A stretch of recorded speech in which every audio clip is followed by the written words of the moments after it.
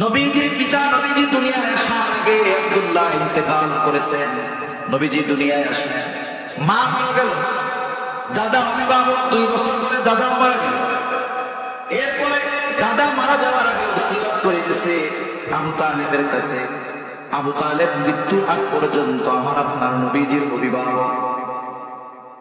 নবীজির বয়স হয়ে গেছে, নবুয়তি পাওয়ার পরেও আবু তালেব নবীজিকে ছেড়ে দেয় নাই যে তুমি তো এখন বড় হয়ে গেছো, নিজের পথ নিজে মাপো। ইয়াতীম থাকা অবস্থায় নবীজিকে কেউ ইয়াতীম হিসেবে অবহেলার দৃষ্টিতে দেখে নাই। প্রত্যেকের অন্তরে আল্লাহ তাআলা মুহাব্বত ভালোবাসা জাগ্রত করে দিয়েছে।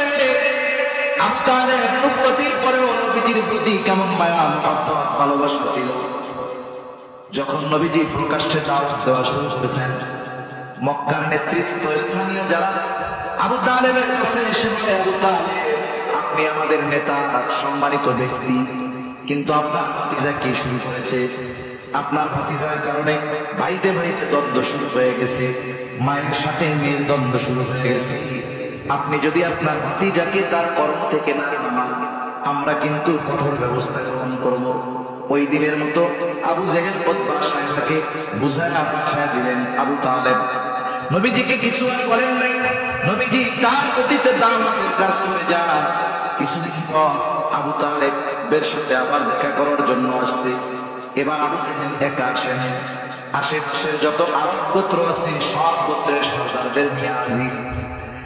আবু তালেবের কাছে এসে আবু জেহেল বলে, আবু তালেব আগের বার আপনি আমাদের কথায় কোনো ভ্রুক্ষেপ করেন নাই, এইবার আমি একা আসি নাই, আমার সাথে আমাদের আশেপাশের সব গোত্রের গোত্রপতিরা আছে।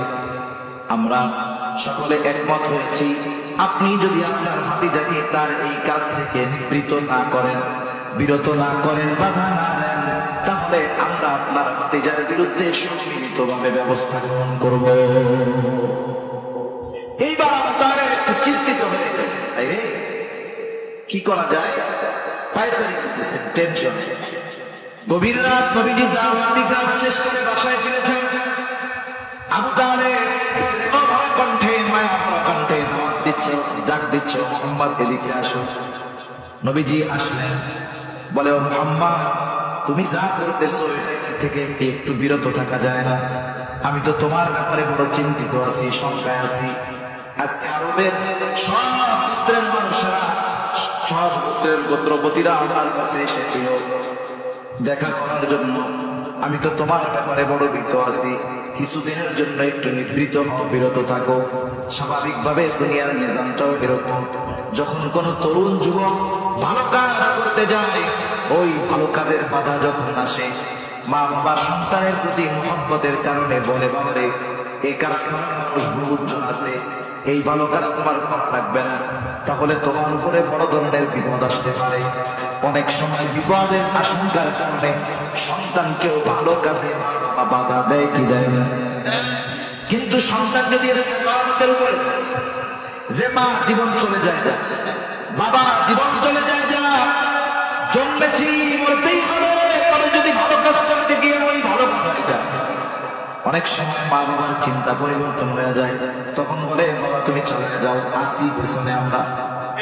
একটু আগে অবস্থা কি ছিল, সন্তানের কারণে মা বাবার চিন্তাও পরিবর্তন হয়ে যায়। চাচা আবু তালেব মুহাব্বতের কারণে নবীজিকে থামতে বলতেছে, যদিও তিনিও জানেন, আবু তালেব তিনিও জানেন আমার ভাতিজা যা করতেছে নিঃসন্দেহে ভালো কাজ। চাচার কথা শেষ, এবার নবীজি বলতেছে, চাচা আপনি শুনেন, শুধুমাত্র আরবের এই গোত্রগুলো কেন, আমাকে যদি তামাম দুনিয়ার সব মানুষ আমাকে এই কাজ থেকে বাধা প্রদান করে, আমার বিরুদ্ধে চলে যায়, আমার জীবন যদি চলে যায়, আল্লাহ আমাকে যেই নির্দেশ দিয়েছেন, এই নির্দেশ থেকে আমি এক বিন্দু পরিমাণ পেছনের দিকে আসবো না। আল্লাহ রাসূলের এই কথার প্রভাব আবু তালেবের দিল পর্যন্ত পৌঁছে গেছে। এখন কি হয়েছে, আবু তালেব নবীজির জন্য দান হয়ে গেছে। আবু তালেব নবীজিকে বলতেছে, তুমি তোমার দায়িত্ব পালন করে যাও, আমি বেঁচে থাকতে তোমার গায়ে আমি কাঁটার আঘাত মারতে দিব না।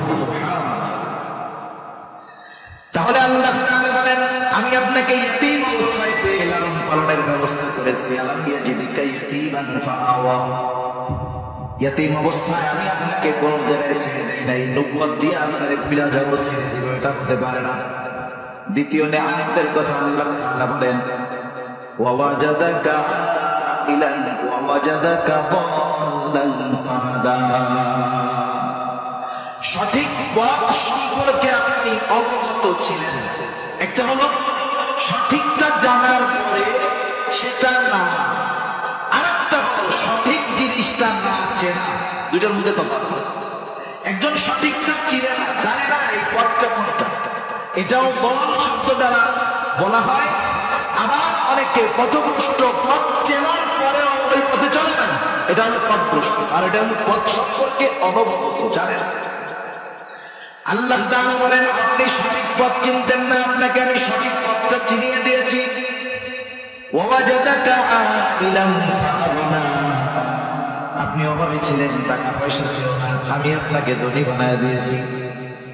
মুফাসসিরিনে কেরাম লিখেন, খাদিজাতুল কুবরা রাদিয়াল্লাহু তাআলা আনহার সাথে এই যে বিবাহের রাত্রিতে যখন খাদিজা বললেন, সব সম্পদের মালিক আমি আপনাকে বানায় দিলাম, আল্লাহ রাব্বুল আলামিন মূলত এই জিনিসটাকে উল্লেখ করতে চেয়েছেন, আমি আপনার তো কিছুই ছিল না, টাকা পয়সা ছিল না, আমি তার ব্যবস্থা করে দিয়েছি।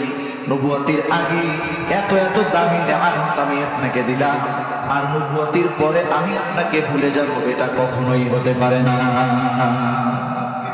তাহলে ইসলাম বিদ্বেষীদের নবীজির ব্যাপারে প্রথম অভিযোগ যে তারা বলে নবীজি অর্থের লোভে খাদিজাকে বিবাহ করেছে। বলেন, নবীজি কি খাদিজাকে বিবাহের প্রস্তাব দিয়েছে না খাদিজার পক্ষ থেকে এসেছে?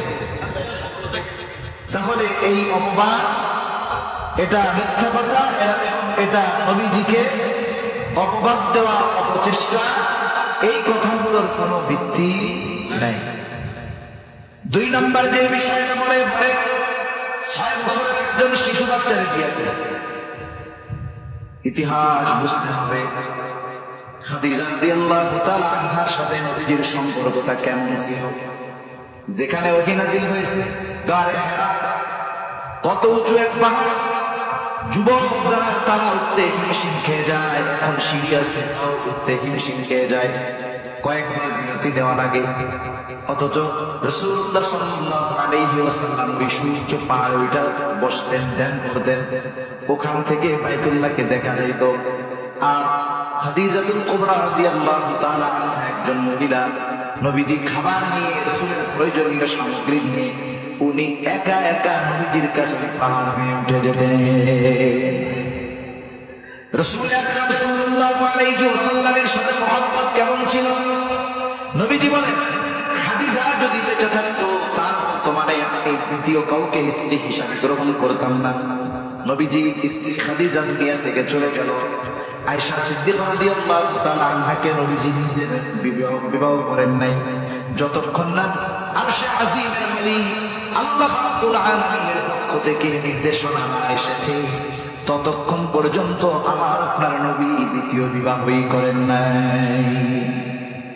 এখন আসলে বিবাহ যেহেতু দ্বিতীয় বিবাহ করছে, পরে বিবাহ করছে, 6 বছরের মালিকের দরকার কি ছিল? এটা উম্মতের জন্য রহমত। ইসলামী শরীয়তে একটা মেয়ে যখন প্রাপ্তবয়স্ক হয়, বলেন তো শরীয়তে